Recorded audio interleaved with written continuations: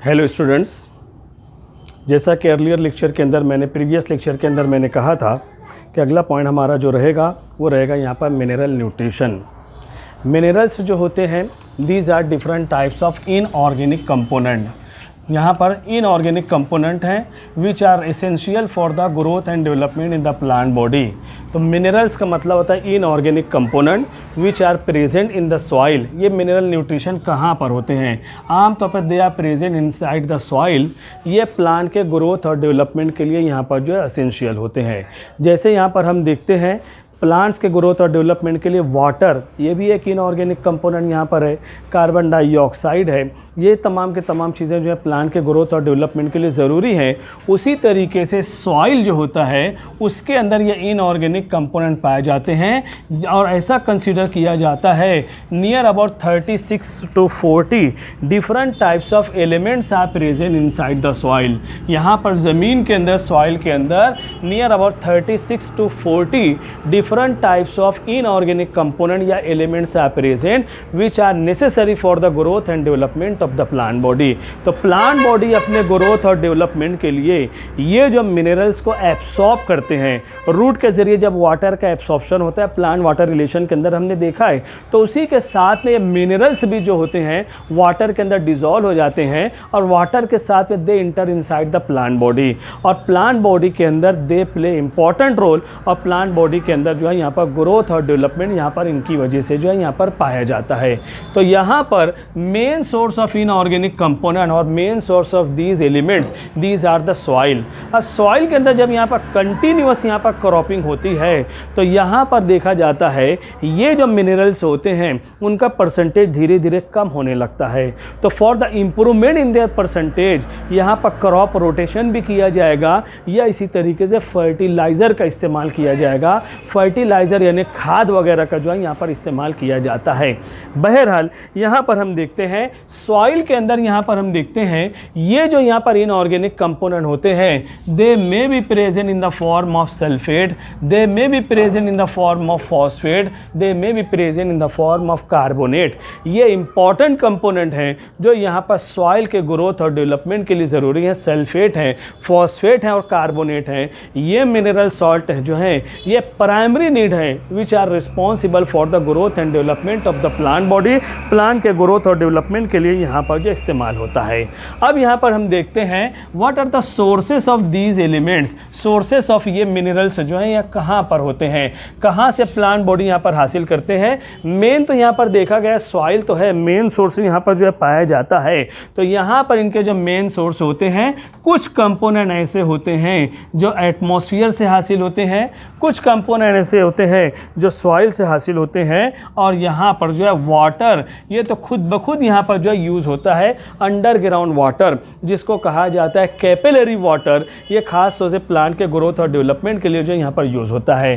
Plant के growth और development के लिए एटमॉस्फेयर यहाँ पर जो मौजूद होते हैं इसके ज़रिए से पौधे को कार्बन डाइऑक्साइड मिलती है, ऑक्सीजन भी मिलती है। ऑक्सीजन का रिक्वायरमेंट रेस्पिरेशन के लिए होगा, कार्बन डाइऑक्साइड का रिक्वायरमेंट फोटोसिंथेसिस के लिए होगा। तो ये दोनों चीज़ें एटमॉस्फेयर के अंदर यहाँ पर जो अवेलेबल होते हैं।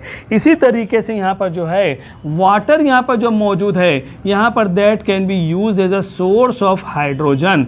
वाटर का जो इस्तेमाल यहाँ पर होता है that can be use as a source of hydrogen, क्योंकि आपने फोटोसिंथेसिस के अंदर पढ़ा है यहाँ पर 11 के अंदर कि फोटोसिंथेसिस के दौरान में फोटोलिसिस ऑफ वाटर होता है, ब्रेकडाउन ऑफ वाटर मॉलिक्यूल होता है। जब ब्रेकडाउन ऑफ वाटर मॉलिक्यूल होता है तो ऑक्सीजन तो एवापोरेट हो जाएगी लेकिन हाइड्रोजन यहाँ पर जो यूज़ होता है। तो वाटर का क्या सोर्स होता है? वाटर का सोर्स जो है that is use as a source of hydrogen.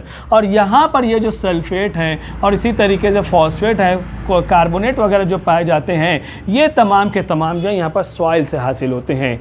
अब यहाँ पर हर एक के अंदर मेन कंपोनेंट यहाँ पर देखा जाएगा। हाइड्रोजन तो यहाँ पर वाटर के ज़रिए मिल जाएगा जो कि ATP वगैरह बना बनाने के लिए जिम्मेदार होते हैं। इसके अलावा यहाँ पर हम देखते हैं कार्बन, हाइड्रोजन और ऑक्सीजन, ये 3 कंपोनेंट ऐसे हैं which are not the minerals. ये मिनरल्स नहीं है, बल्कि इनको कहा जाता है फ्रेमवर्क कंपोनेंट कहा जाएगा। कोई भी चीज़ को बनाने के लिए यहाँ पर जो है कार्बन, हाइड्रोजन, ऑक्सीजन वगैरह जो है उनकी ज़रूरत जो है यहाँ पर पड़ती है। तो यहाँ पर ये जो मिनरल्स नहीं है, लेकिन ये जो है फ्रेमवर्क के एलिमेंट हैं, यानी मिनरल का फॉर्मेशन सिर्फ फास्फोरस नहीं रहेगा, सिर्फ सल्फर नहीं रहेगा, बल्कि वो फॉस्फेट के फॉर्म में रहेगा, सल्फेट के फॉर्म में रहेगा, सिर्फ डायरेक्ट कार्बन यूज़ नहीं होगा, वो कार्बोनेट के फॉर्म में रहेगा। तो ये जो है फ्रेमवर्क के एलिमेंट जो है यहाँ पर इनको कहा जाता है। प्लांट के लिए सबसे ज़्यादा मेन जो रिक्वायरमेंट होता है वो नाइट्रोजन का होता है। लेकिन हम देखते हैं नाइट्रोजन जो सबसे ज़्यादा गैस है, हाई परसेंटेज में पाई जाती है, but no living organism that can direct utilise the nitrogen. Direct nitrogen का कोई भी लिविंग ऑर्गेनिज्म जो यहाँ पर यूज़ नहीं करता है। तो ये नाइट्रोजन जो रहेगा that are converted into nitrate, और ये नाइट्रेट सॉइल के अंदर रहेगा, फिर प्लांट बॉडी उसको जो है यहाँ पर यूज़ करता है। तो यहाँ पर हम कह सकते हैं main source for the nitrogen that is the soil, not the atmosphere. Atmosphere के अंदर नहीं रहेगा, बल्कि सॉइल के ज़रिए से प्लांट उसको जो है यहाँ पर एब्सॉर्ब करते हैं। ये कंडीशन, ये सिचुएशन उनके अंदर जो है यहाँ पर पाई जाएगी। तो ये हो जाता है यहाँ पर मेन सोर्सेस ऑफ मिनरल्स हैं। तो एटमॉस्फेयर से भी कुछ कंपोनेंट हासिल होंगे, सॉइल से भी हासिल होते हैं, वाटर से भी हासिल होते हैं, और जब यहाँ पर मैक्सिमम परसेंटेज में ये तमाम के तमाम मिनरल्स रहेंगे तो प्लांट के अंदर ओवरऑल ग्रोथ और डेवलपमेंट पाया जाएगा। अगर कोई भी कंपोनेंट यहाँ पर कम होते हैं, मिनिमाइज होते हैं, तो growth and development in the plant body that must be affected. तो इतना स्क्रीनशॉट लो। फिर उसके बाद हम लोग यहाँ पर देखते हैं क्लासिफिकेशन ऑफ मिनरल्स। कितने टाइप के, कुछ ऐसे हैं जो एसेंशियल कंपोनेंट हैं, कुछ ऐसे मिनरल्स हैं which are not so essential, उनका रहना ज़रूरी है लेकिन उतने ज़्यादा इंपॉर्टेंट नहीं है। तो अभी उसको हम यहाँ पर देखते हैं। इसको स्क्रीनशॉट ले लो, आगे बढ़ते हैं हम लोग।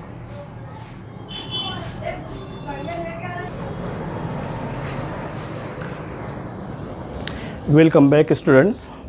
यहाँ पर आपके सामने जो क्लासिफिकेशन ऑफ मिनरल्स है। मिनरल्स जो सॉइल के अंदर यहाँ पर मौजूद होते हैं उनको 2 तरीक़ों से जो है क्लासीफाई किया जाता है। पहला जो टाइप क्लासिफिकेशन है on the basis of requirement, exam के अंदर आया तो ध्यान देना है कौन से बेस पर पूछा गया है, और दूसरा जो on the basis of their quantity, है ना, क्वांटिटी रिक्वायर्ड, उसके बेस पर रहेगा। तो क्लासिफिकेशन ऑफ मिनरल्स यहाँ पर जो पाए जाते हैं, हम देखते हैं, अभी मैंने आपको बताया कि तकरीबन 36 to 40 different types of minerals, inorganic salt minerals, inorganic component soil के अंदर मौजूद होते हैं। उसके अंदर से कुछ ऐसे मिनरल्स हैं जो प्लांट की बेसिक नीड है, उनका रहना ज़रूरी है। अगर वो नहीं रहेंगे तो प्लांट का लाइफ साइकिल ही कंप्लीट नहीं होने पाता है। और कुछ ऐसे रहेंगे उनके अंदर जो है थोड़ा बहुत भी मिला और नहीं भी रहा तो प्लांट का लाइफ साइकिल बहरहाल कंप्लीट हो जाएगा। ये कंडीशन वहाँ पर जो है पाई जाती है। तो on the basis of requirement minerals are classified into 2 group. पहला है एसेंशियल एलिमेंट और दूसरा होता है नॉन एसेंशियल एलिमेंट। जैसा कि नाम से जाहिर है, एसेंशियल यानी इंतहाई ज़रूरी। These are the component which are these are elements which are very essential for the growth and development of the plant body. अगर ये कंपोनेंट हैं तो प्लांट के अंदर ग्रोथ और डेवलपमेंट होगा, और ये कंपोनेंट रहेंगे तो plant body that completes their life cycle, उनका लाइफ साइकिल जो है यहाँ पर कंप्लीट होगा, प्लांट के अंदर फुल ग्रोथ और डेवलपमेंट होगा। इसीलिए इनको कहा जाता है यहाँ पर एसेंशियल कंपोनेंट। अगर ये नहीं रहेंगे तो प्लांट का लाइफ साइकिल कंप्लीट नहीं होगा, बीच में ही वो प्लांट बॉडी स्टंटेड ग्रोथ हो जाएगी, ग्रोथ और डेवलपमेंट खत्म हो जाएगा, और वो प्लांट बॉडी भी यहाँ पर जो है ख़त्म हो जाएंगे, उनका लाइफ साइकिल पूरा नहीं हो पाएगा। अब सवाल ये पैदा होता है वो कौन से कंपोनेंट है which play important roll on the life cycle of the plant body. वो कार्बन, हाइड्रोजन, ऑक्सीजन, ये तो हर एक के अंदर यहाँ पर ज़रूरी है। नाइट्रेट है, फॉस्फेट है, पोटेशियम, ये तमाम के तमाम चीज़ें, ये सब के सब जो यहाँ पर एसेंशियल कंपोनेंट के अंदर आते हैं। Without these component plant body that can not complete their life life cycle. और उसके बनिस्बत दूसरी जानिब जो रहेगा नॉन एसेंशियल कंपोनेंट, ये कंपोनेंट है 36 to 40 में से ये इतने कंपोनेंट जो एसेंशियल कंपोनेंट इनको छोड़कर अब बाकी बचे हुए जिसके अंदर से चंद यहाँ पर दिए हुए हैं इनको कहा जाता है non essential component. These are important material for the plant body, for the growth and plant body, but these are not the basic requirement of the plant body. ये प्लांट बॉडी का बेसिक रिक्वायरमेंट नहीं है। अगर इनकी quantity fluctuate भी होती है they do not affect on the life cycle of the plant body. Plant body के लाइफ साइकिल के ऊपर उनका कोई असर नहीं होता है। अगर ये डेफिशिएंट भी हैं, अगर ये एब्सेंट भी होते हैं तो plant body that complete their life cycle, अगर ये नहीं भी हैं तो प्लांट बॉडी अपने लाइफ साइकिल को जो है यहाँ पर कंप्लीट कर लेते हैं। तो इसीलिए इनको जो नॉन एसेंशियल कंपोनेंट कहा जाएगा। तो यहाँ पर ये ज़रूरी है, इसके बगैर लाइफ साइकिल कंप्लीट नहीं होगा। और यहाँ पर these are not essential component, अगर ये एब्सेंट भी होते हैं तो बहरहाल plant body that completes their life cycle, वो अपना लाइफ साइकिल जो है कंप्लीट करते हैं। दूसरा है on the basis of their quantity. Minerals are classified into two group. पहला जो है यहाँ पर माइक्रो एलिमेंट या उसको कहा जाएगा माइनर एलिमेंट। माइक्रो या माइनर का मतलब होता है कम।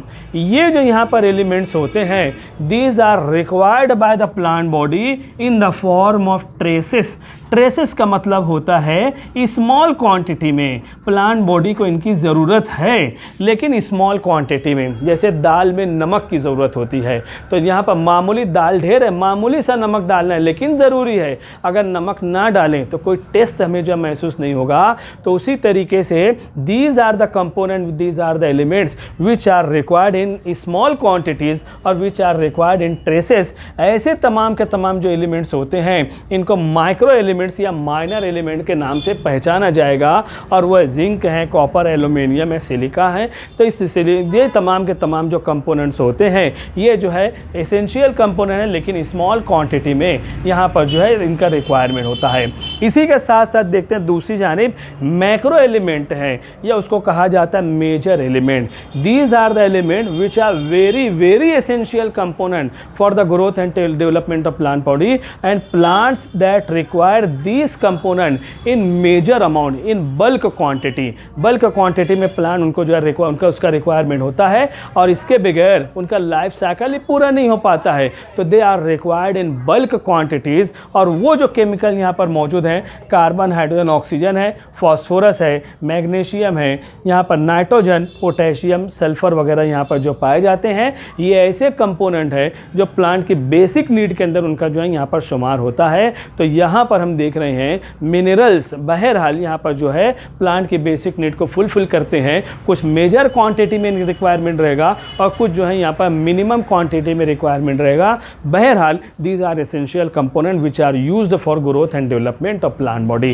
प्लांट के ग्रोथ और डेवलपमेंट के लिए वो जो है यहाँ पर यूज़ होते हैं। तो ये आपका जो है यहाँ पर ये टॉपिक क्लासिफिकेशन ऑफ मिनरल्स यहाँ पर जो है कंप्लीट होता है। स्क्रीनशॉट ले लो। अगले लेक्चर में फिर मुलाकात करते हैं। Thank you very much.